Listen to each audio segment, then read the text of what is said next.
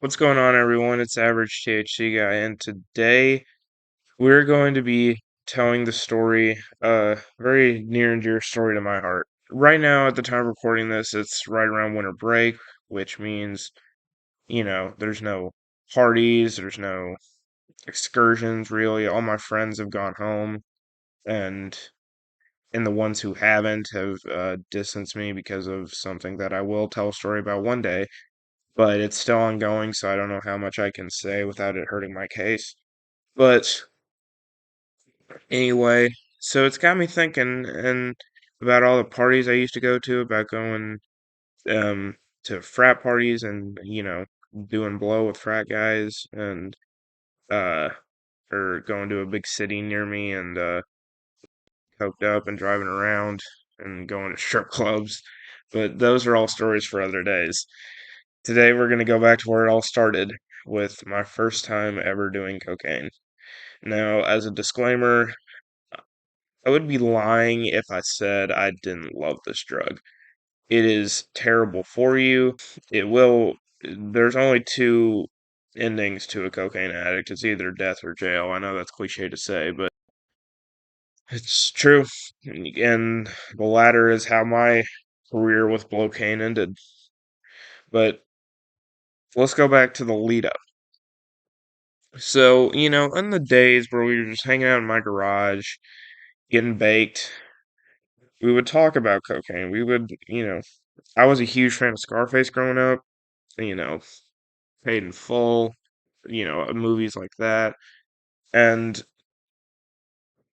I was, we all would talk about how cool it would be if we did it. And, we agreed that if we were ever going to do it, it'd be with each other. And then the opportunity arose, or maybe it didn't. Now, I won't have too many details. The script for this one is actually rather short because, surprisingly enough, I don't remember a lot of this night. So, I'm going to talk about some of the other times we tried to buy blows. First time we got in touch with the Snapchat plug who said he had it. But it turned out when I cashed app him and when he said he'd come over, he just blocked me.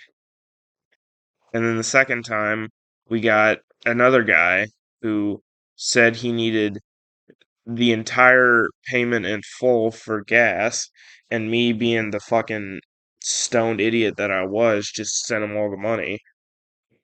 And then he blocked me once again. Not the same guy, of course, but I got blocked again. And so, what is a fella to do? So, we had our plug. I had actually sold this guy large amounts of weed before. We'll call him Gerald. I think the most I ever sold him at once was like 3 pounds.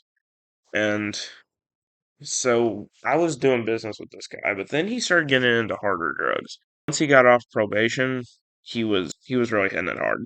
So he got he was busting out the acid, pills, the Molly, the K, and lastly, the blow. He also had other shit that he would just do in his personal supply. Maybe he sold it, I don't know.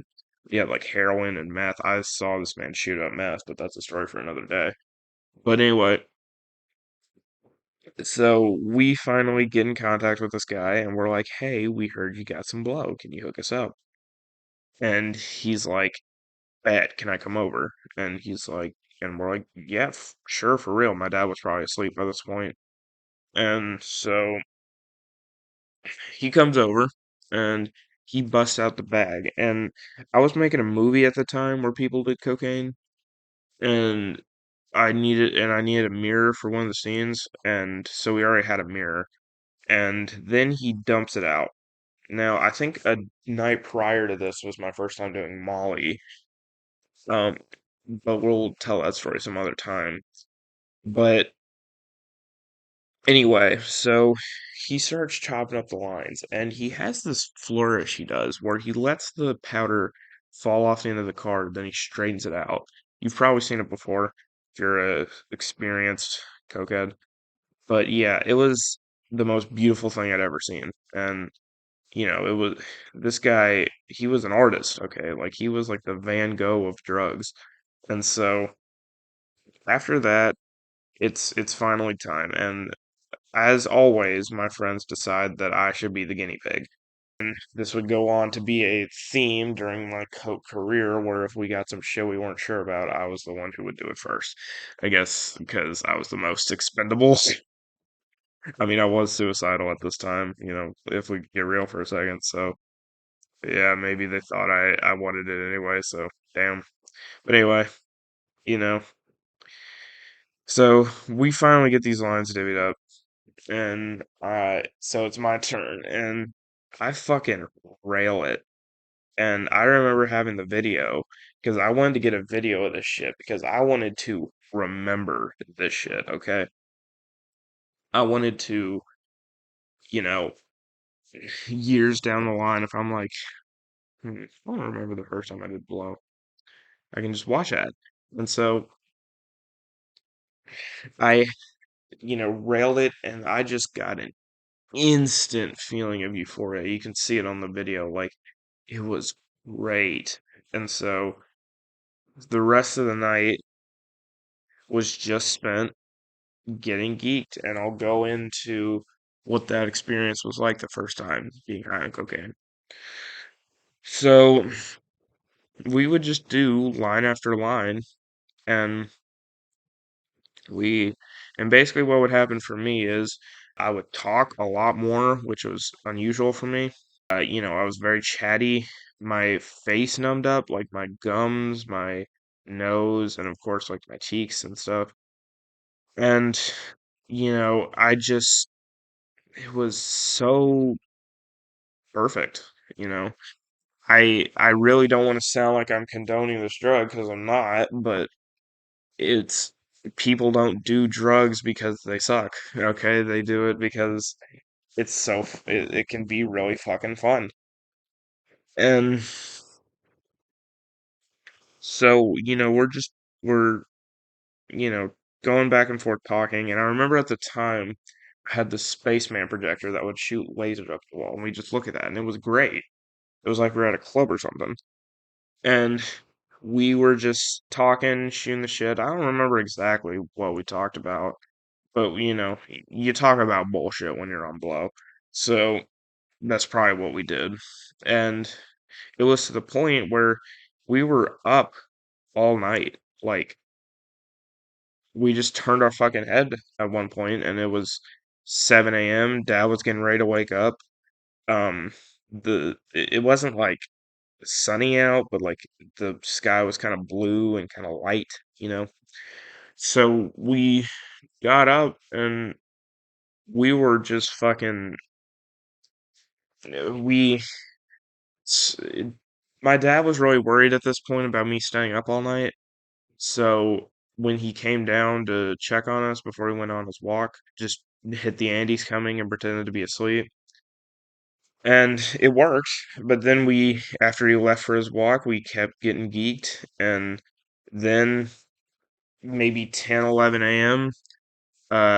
Forgot to say who I was doing this with. Of course, it was Gerald. But it was, of course, the homies. It was Kyle, Kevin, and I think that was it. I think Jason was gone by this point. He went back to Florida. And so 10, 11 a.m., they all left, and I was just there, and then I just slumped.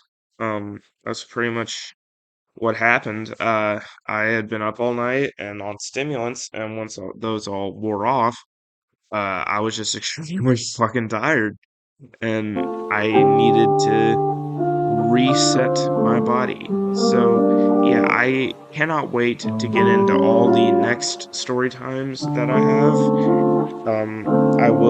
I didn't do this drug just once, so I have a bunch of other story times that I can tell about it.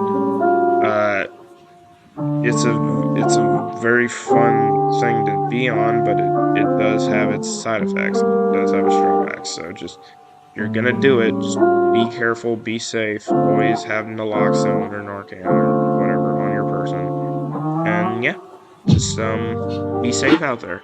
It's Average THC guy. I'll see you in the next.